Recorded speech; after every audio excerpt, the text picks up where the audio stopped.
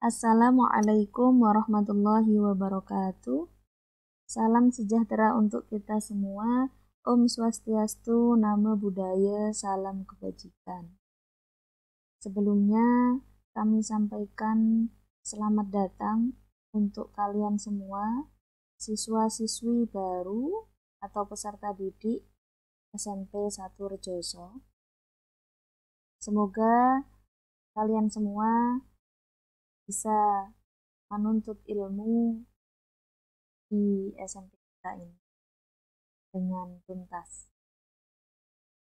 Anak-anakku sekalian, jadi sebelum kalian mengikuti pembelajaran di SMP 1 Rejoso, kalian diwajibkan untuk mengikuti MPLS atau masa pengenalan lingkungan sekolah atau yang dulu kalian kenal dengan MOS atau orientasi ya.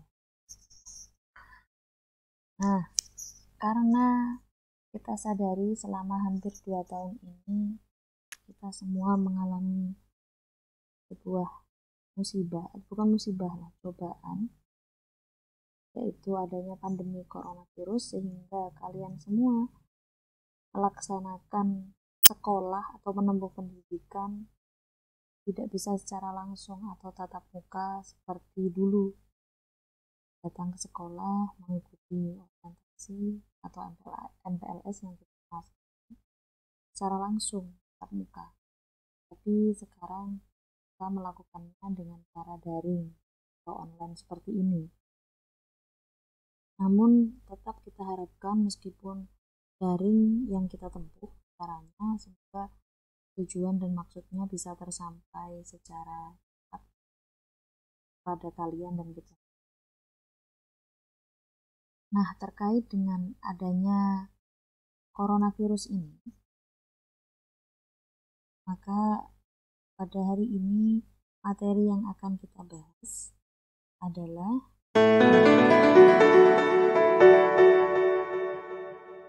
pentingnya mematuhi protokol kesehatan di masa pandemi COVID-19. Jadi nanti kita akan membahas seberapa penting mematuhi protokol kesehatan di masa pandemi ini pada proses pembelajaran kita atau di sekolah kita itu seperti apa, seberapa besar penting. Jadi perkenalkan, nama saya adalah Himatul Khaliso SPD yang akan memberikan. Jadi langsung saja. Yang pertama yang akan kita bahas adalah apa itu pandemi COVID-19, yang kedua apa itu protokol kesehatan dan seperti apa, yang ketiga bagaimana penerapan protokol kesehatan di masa pandemi pada lingkungan sekolah di sini di SMP Negeri 1 Rejoso. Selanjutnya, sebelumnya kita sering sekali mengatakan ini masa pandemi atau sekarang lagi COVID. Tapi kalau ditanya apa itu pandemi, apa itu COVID-19, kalian pasti agak bingung menjawabnya. Jadi sebelum kita berkenalan dulu tentang pandemi COVID-19. Jadi sebelumnya perlu kita tahu bahwa WHO atau World Health Organization, Badan Kesehatan, secara resmi mendeklarasikan virus corona atau COVID-19 sebagai pandemi pada tanggal 9 Maret 2020.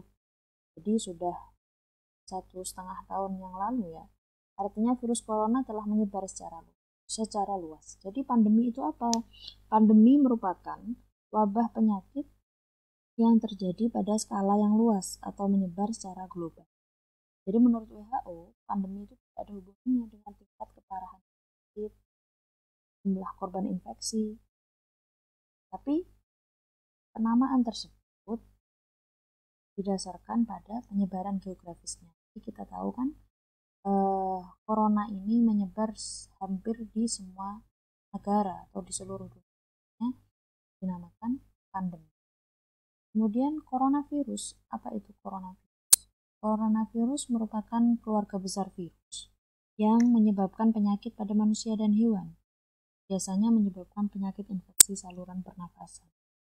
Dan coronavirus ini jenis baru yang ditemukan pada manusia Sejak kita tahu awal mulanya terjadi di Wuhan pada tahun 2019, bulan Desember, kemudian diberi nama SARS-CoV-2 atau Severe Acute Respiratory Syndrome Coronavirus dan menyebabkan penyakit Coronavirus Disease 2019 atau yang disingkat dengan COVID-19 atau COVID-19.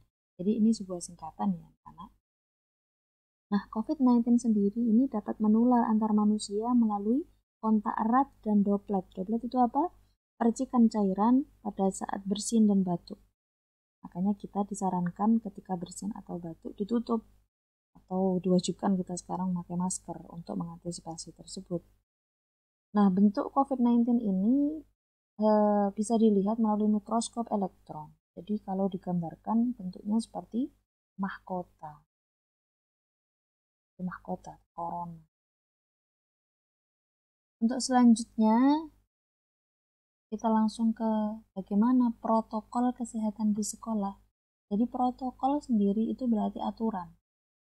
Jadi di sini aturan untuk mencegah meluasnya penyebaran penyakit COVID-19 yang diakibatkan oleh virus corona di institusi pendidikan. Secara garis besar, kita simpulkan ada 4 aturan yang wajib dilakukan selama kita melakukan pembelajaran di sekolah nanti ketika diizinkan tatap muka. Nah, bagaimanapun kita harus new normal,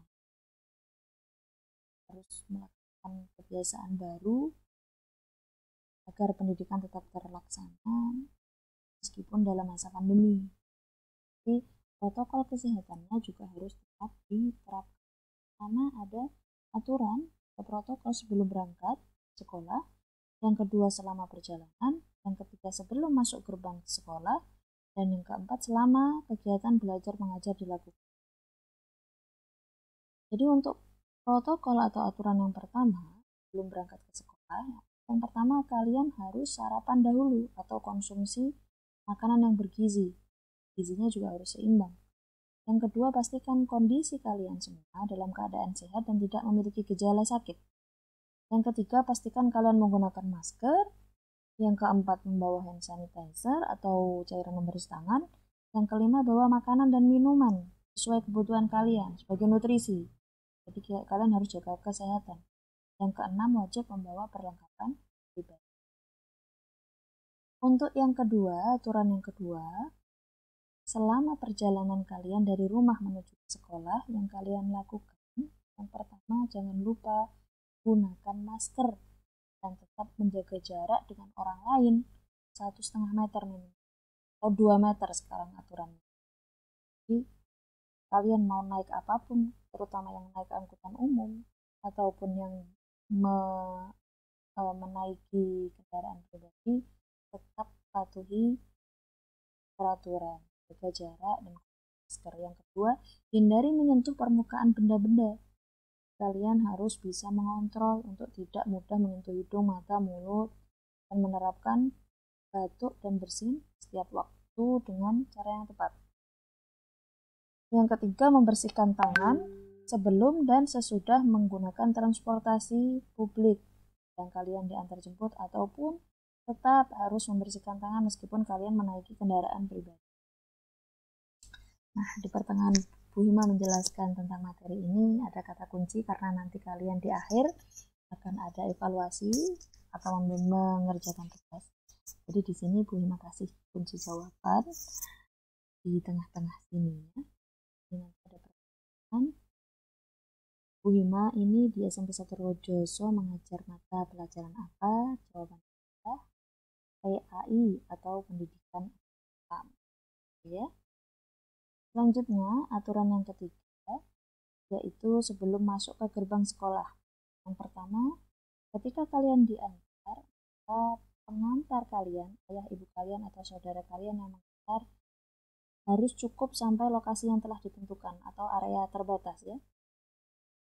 Yang kedua, yaitu mengikuti pemeriksaan kesehatan. Jadi biasanya di sekolah kita sudah ada tim yang dibentuk khusus untuk memeriksa kalian ketika akan masuk ke kawasan SMP 1 Rejoso. Jadi nanti ada tim yang mengecek suhu kalian dengan termogan atau cek kesehatan lainnya. Yang ketiga, kalian harus melakukan rutin cuci tangan pakai sabun yang insya Allah sudah disediakan di setiap depan kelas masing-masing. Kemudian aturan yang keempat, yakni selama kegiatan belajar mengajar, ada 4, yakni yang pertama, gunakan masker dan terapkan jaga jarak tetap ya, minimal 1,5 meter sampai 2 meter. Dan biasanya di sekolahan kita ketika masa pandemi begini, dan sudah diizinkan untuk melakukan tatap muka, tapi kami memiliki aturan untuk tetap membaginya menjadi 2 shift. Jadi kalian insya Allah aman untuk jaga jarak selama di kelas. Yang kedua, menggunakan alat belajar dan alat-alat lainnya milik kalian sendiri, nggih, milik pribadi. Jadi jangan meminjam. Yang ketiga, berikan pengumuman secara berulang dan intensif. Jadi di sini kami sebagai guru ataupun kalian juga bisa lakukan pengumuman secara berulang. Jadi ingatkan terus bahwa protokol kesehatan harus tetap diterapkan, jaga jarak, pakai masker, harus tetap kita ulang selalu kepada diri kita sendiri ataupun kepada orang lain. Yang keempat, melakukan pengamatan visual kesehatan. Jadi di sini kita diwajibkan untuk sangat peka, memiliki kepekaan terhadap diri kita sendiri atau terhadap orang lain bahwa orang tersebut sekiranya sehat nggak ya, atau mungkin ada indikasi sakit nggak ya, atau batuk-batuk atau pilek, kita harus lebih peka. Jadi ada pengamatan tentang kesehatan diri kita ataupun orang lain.